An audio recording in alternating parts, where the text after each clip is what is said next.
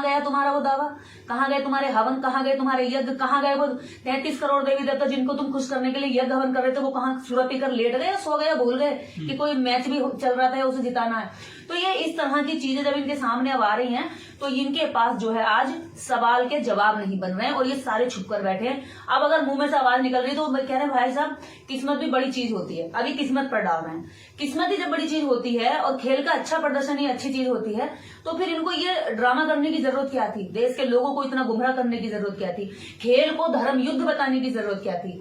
Australia ने खेल को खेल समझ के खेला, वो जीत गए। तुमने खेल को धर्म युद्ध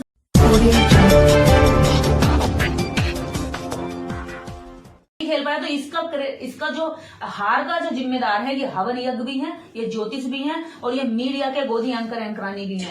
इनके खिलाफ संगीन धाराओं में मुकदमा दर्ज होना चाहिए। इन्होंने 140 करोड़ भारतीयों की भावनाओं को आहत किया, उनके साथ खिलवाड़ किया है। अगर ये इस तरह का ड्रामा ढोंग नहीं कर रहे होते तो भारतीयों के मन में जो भी होता वो हार और जीत को एक्सेप्ट करने के लिए या जीतने के लिए खिलाड़ी पूरी तरीके से जोर लगाते।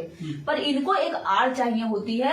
जब जीत रही थी टीम इंडिया, जब टेस्ट मैच में टीम इंडिया जीत रही थी तो ये बहुत जोर जोर से ब्लैक एंड व्हाइट का एक शो चलाता सुधीर चौधरी, और चौधरी नाम का ये ब्राह्मण है और ये शो चला करके कहता है कि भैया आरक्षण नहीं है, शुक्र है कि खेल में आरक्षण नहीं है, इसलिए जो है टीम इंडिया जीत रही है, अच्छा प्रदर्शन कर रही है। अब इसने शो चलाना क्यों बंद कर दिया? इसको अब दूसरा शो चलाना चाहिए था। अगर ये ईमानदार है, इसके अंदर ये पाखंडी नहीं है, इसके अंदर अंधविश्वास नहीं भरा है या जातियों से नफरत नहीं भरी है, आरक्षण से नफरत नहीं करता है, तो इसको दूसरा शो भी तो चलाना चाहिए। दोनों पक्ष दिखाने चाहिए ना कि आरक्षण नहीं है इसलिए हम हार गए। अब कौन चलाएगा? ये जनेऊ आरक्षण की वजह से हारे हैं, ये हवन की वजह से हारे हैं, किसकी वजह से हारे हैं ये भी तो बता। जब जीत का कारण तुम बता सकते हो तो हार का कारण क्यों नहीं बता रहे हो?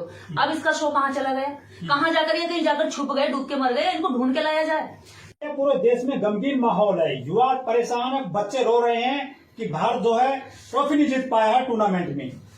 देखिए ये उन्हीं के बच्चे रो रहे हैं, वही गमगीन है जो आरक्षण को कोस रहे थे, क्योंकि खेल को इन्होंने देवता बना रखा है, खेल को इन्होंने जैसे देश की आत्मा बना रखा है। इनको ये होश होना चाहिए कि इसी खेल से हमारा देश नहीं चलता, खेल होते रहते हैं, हारते रहते हैं और जीतते रहते हैं। तो जो बच्चों को रुला रुला करके वीडियो और फोटो डाल रहे हैं, इमोशनल कर रहे हैं, हार और जीत ऑस्ट्रेलिया वालों से सीखनी चाहिए गेम में। उन्होंने जीत को अपने पैरों में रखा हुआ है और ये भी बता रहे हैं कि हमारे लिए कोई बड़ी चीज नहीं है, आखिरी नहीं है, इसके बाद हम न जाने कितनी जीतें हासिल करते रहेंगे।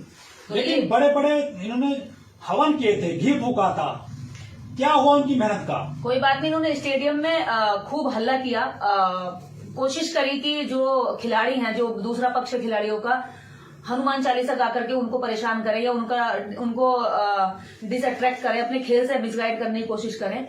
और बाहर दुनिया भर के इन्होंने हवन करे, कीर्तन करे, यज्ञ करे, जगह जगह अलग अलग राज्यों में यज्ञ हुए हैं।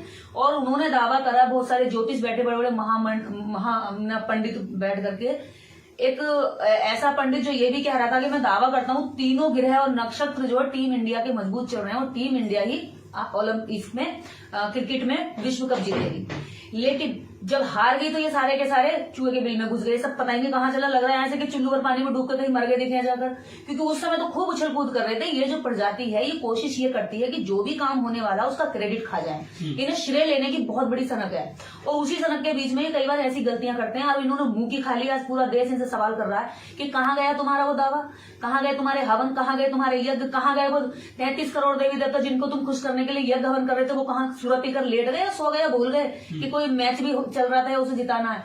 तो ये इस तरह की चीजें जब इनके सामने अब आ रही हैं तो इनके पास जो है आज सवाल के जवाब नहीं बन रहे हैं और ये सारे छुप कर बैठे हैं। अब अगर मुंह में से आवाज निकल रही तो कह रहे हैं भाई साहब किस्मत भी बड़ी चीज होती है, अभी किस्मत पर डाल रहे हैं। किस्मत ही जब बड़ी चीज होती है और खेल का अच्छा प्रदर्शन ही अच्छी चीज होती है तो फिर इनको ये ड्रामा करने की जरूरत क्या थी, देश के लोगों को इतना गुमराह करने की जरूरत क्या थी, खेल को धर्म युद्ध बताने की जरूरत क्या थी। ऑस्ट्रेलिया ने खेल को खेल समझ के खेला, वो जीत गए। तुमने खेल को धर्म युद्ध समझ के पूरा जोर तुमने खिलाड़ियों के दिमाग पर डाला, उनके ऊपर प्रेशर डाला कि ये खेल नहीं है, धर्म युद्ध है, और पूरी मीडिया ने हवा भर के रख दी। और इसका प्रेशर कहीं ना कहीं जैसे जनता के दिमाग में होता है ऐसा खिलाड़ियों के दिमाग पर भी होता है। और खिलाड़ियों के दिमाग पर जब प्रेशर होता है तो फ्री माइंड से नहीं खेल पाएंगे।